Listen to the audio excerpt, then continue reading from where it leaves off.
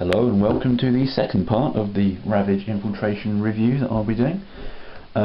This section we're focusing on Scout Class Rollbar here and these soldier men. First things first, I'll talk about the soldiers. They're pieces of tat, to be perfectly honest. This one I believe is meant to look like Josh Duhamel, Captain Lennox, I don't know. Thanks to my awful camera video form, you're not going to be able to see his face, so I'll take some pictures.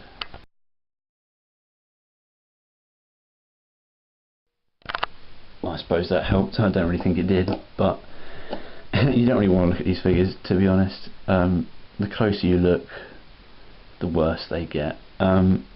This guy is not too bad, you know. He's got a nice gun. His face isn't sculpted very badly at all.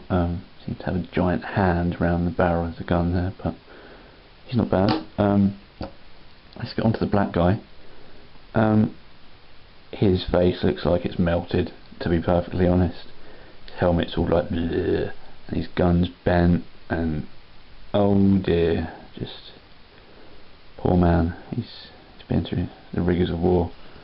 So let's go on to the white guy, who is obviously, looking by his face, meant to be the black guy, but they've painted him white. I'm going to make a really bad taste joke here and say he's the Michael Jackson of the Transformers world. His gun's a bit bent as well, and it looks like his sunglasses are actually part of his face. Yeah.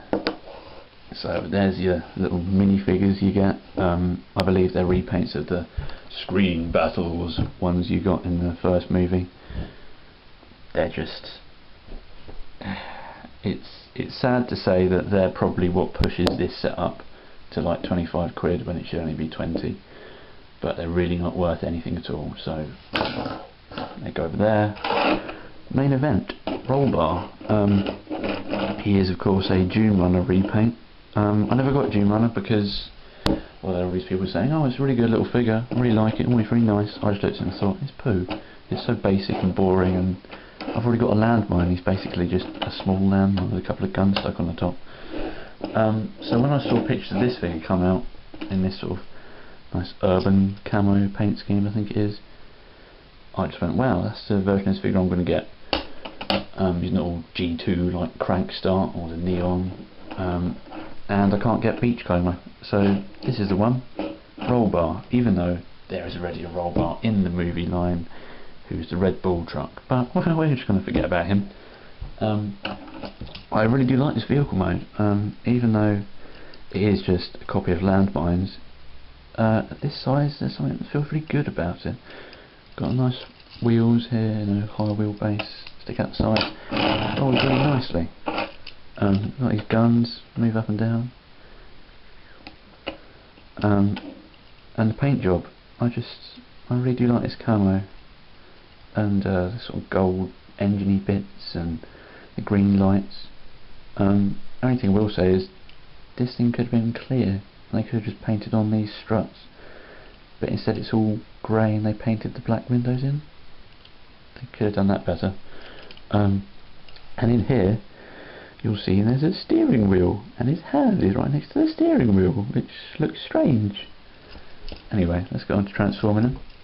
I'm going to pull the arms out here, to the side, flip his head up, put that up, that'll be his chest, flip the waist round, put that against the body,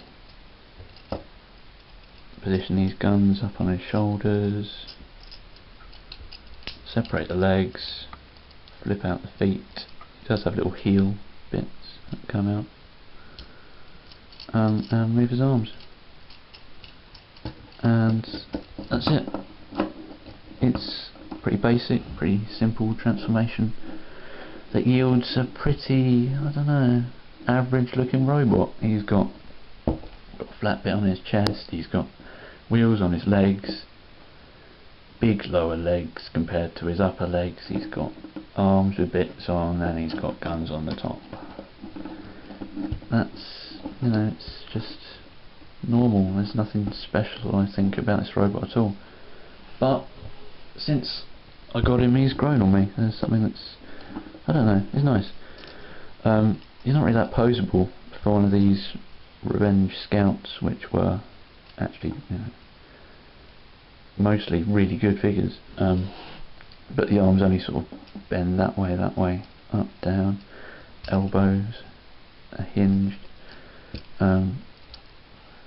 Thighs are on a ball joint, but there's no swivel, so it's just, you know, a bit limited. Knees, they're not bad. I suppose you could say he's got sort of foot movement, maybe a little bit. The head's on a ball joint, no, but because there's so much stuff all around it, it doesn't really move at all. The guns are obviously repositionable, but that's just part of the transformation.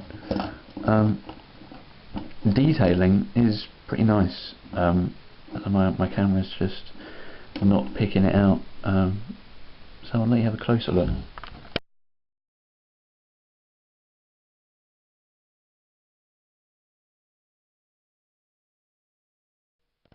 So as you'll see, there are some details on him there, sort of, you know, in the chest, around the arms. The face isn't bad, sort of green visor and this sort of funny mouth plate bit.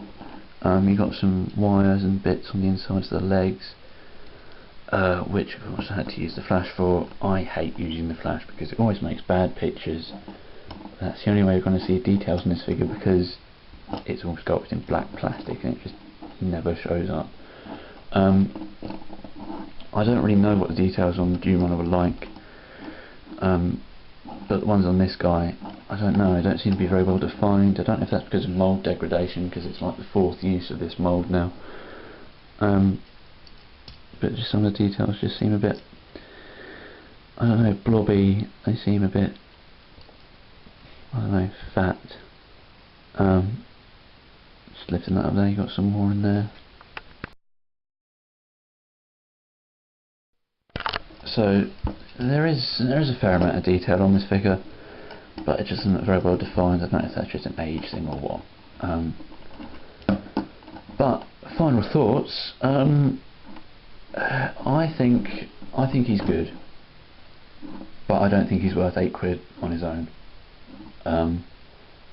This figure works really well as part of this set with Flak, but that's probably just because they're complementary colour schemes.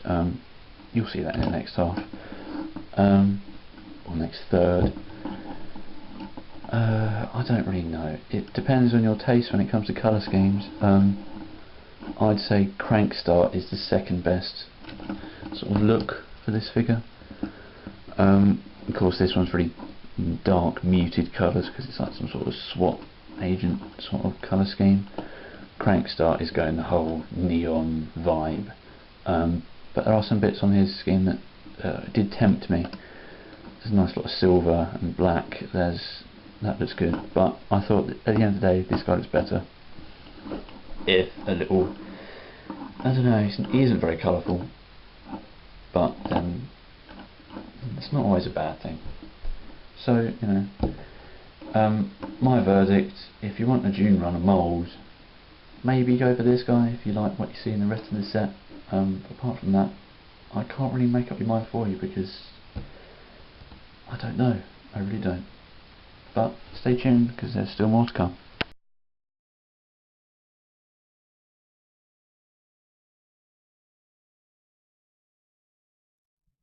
What ho, simpletons!